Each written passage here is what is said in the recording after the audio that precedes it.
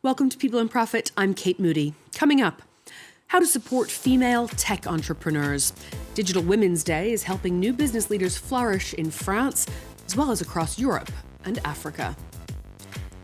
Is a 4-day work week in your future? A successful test run in the UK could change the game for thousands of employees. And when spring comes too early, how unseasonably warm temperatures and climate change are affecting Spain's almond crops. The 2023 edition of International Women's Day has highlighted digital inequality and how innovation and technology can empower women and girls and contribute to economic growth. The UN, which picked this year's theme, says encouraging entrepreneurship can be a key step towards including more women in the digital economy. In France, the number of female entrepreneurs in the tech sector is increasing, but they still lag behind their male counterparts. One study shows around 27% of impact startups are currently led by women, but it's a higher percentage for those launched in the last 5 years. Impact startups are a fast-growing genre that focus on providing solutions to societal problems, especially environmental, educational, or consumer-driven projects.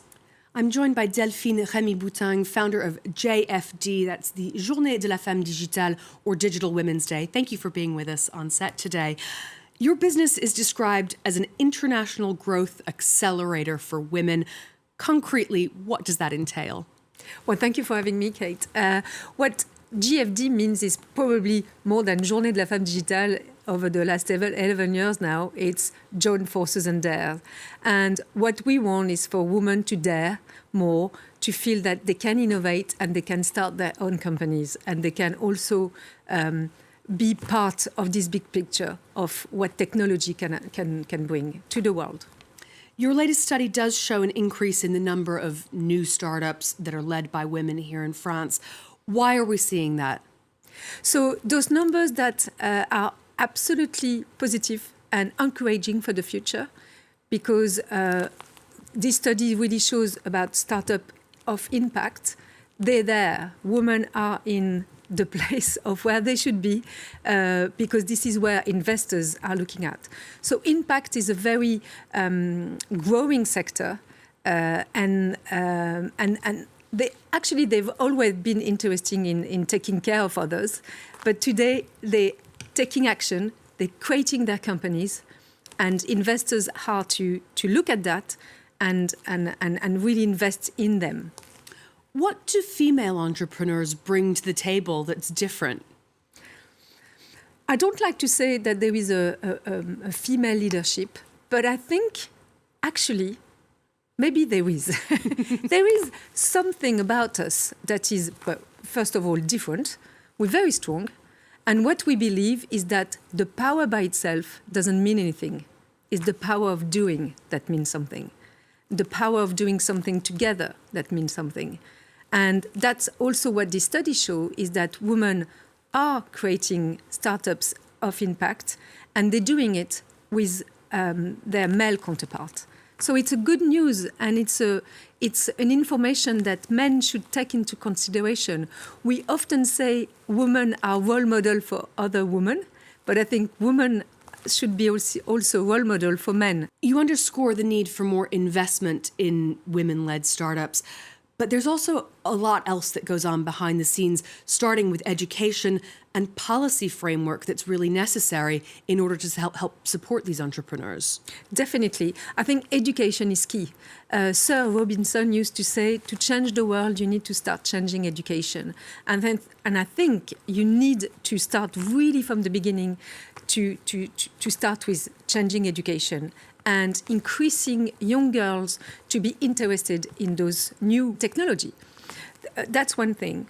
And then also you have, of course, regulation. You have those quota that I believe in quota. You can't do without them.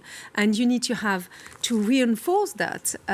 So education, regulation, investment, and role models, showing women who are succeeding, showing the difficulty they have, but also the success they have.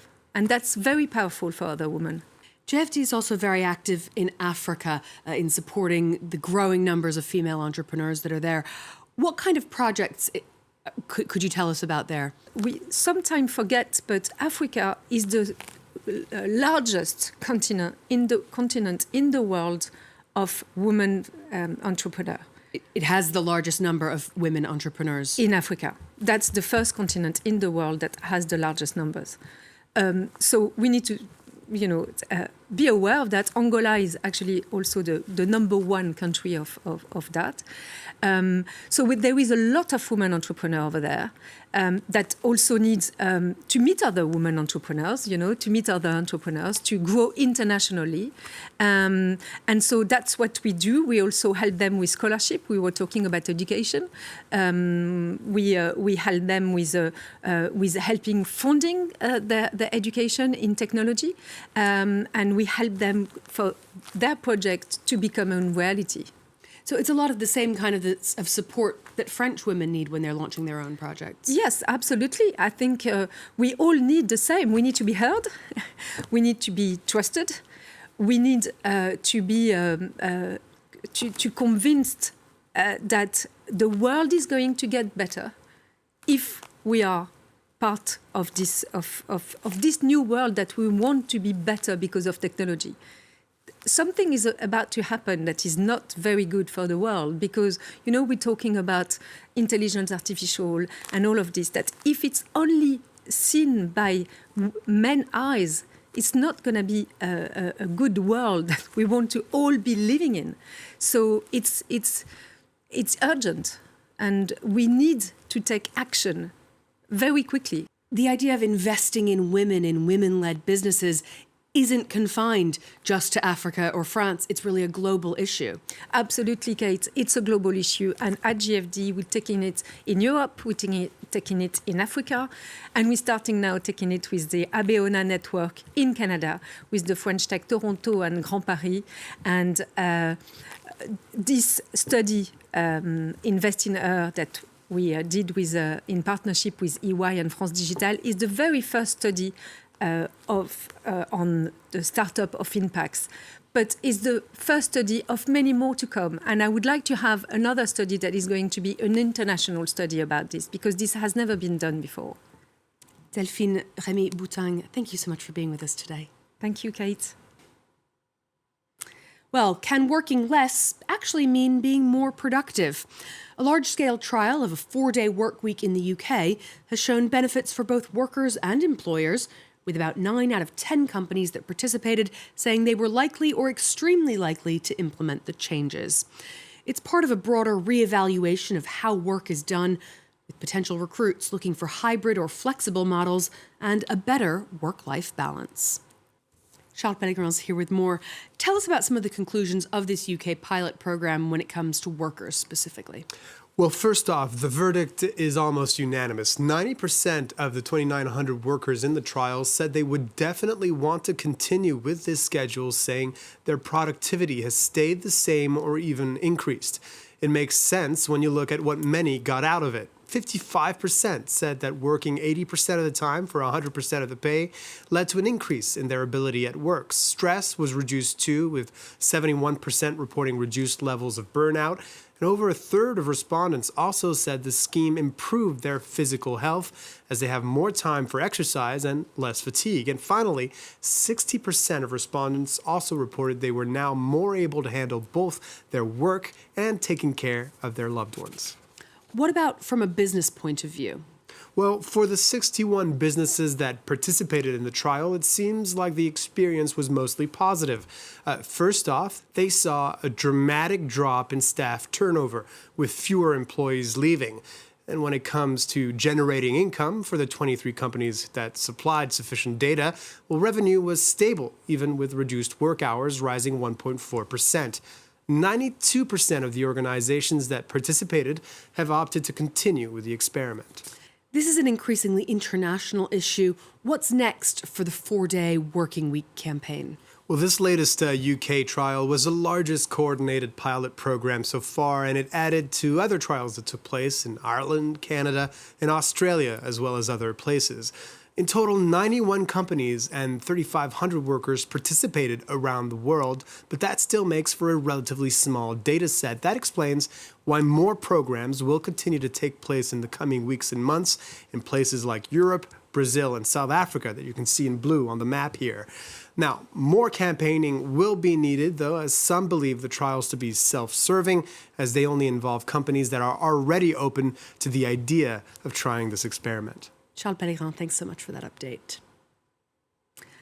Almond orchards in southern Spain are covered with beautiful white blossoms, but they're blooming earlier every year as the industry deals with a warming planet and climate change.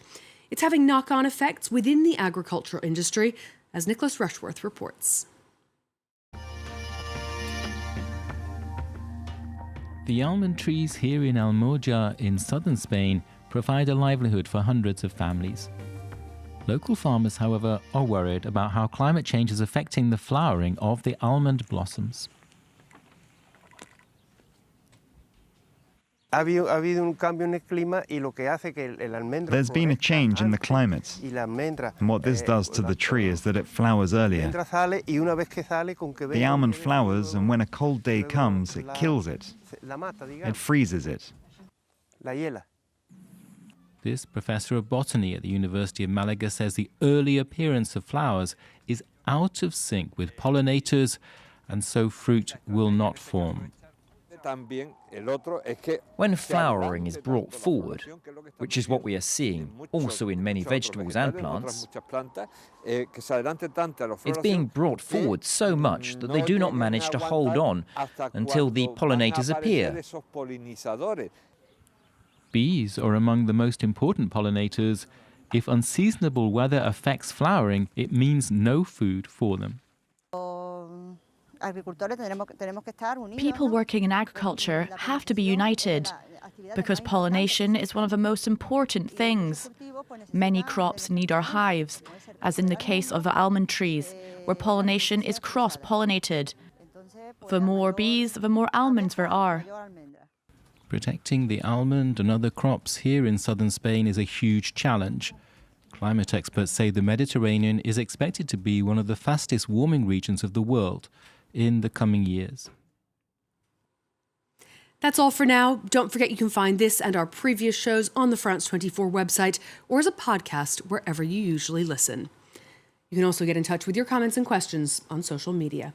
Until next time, thanks for watching.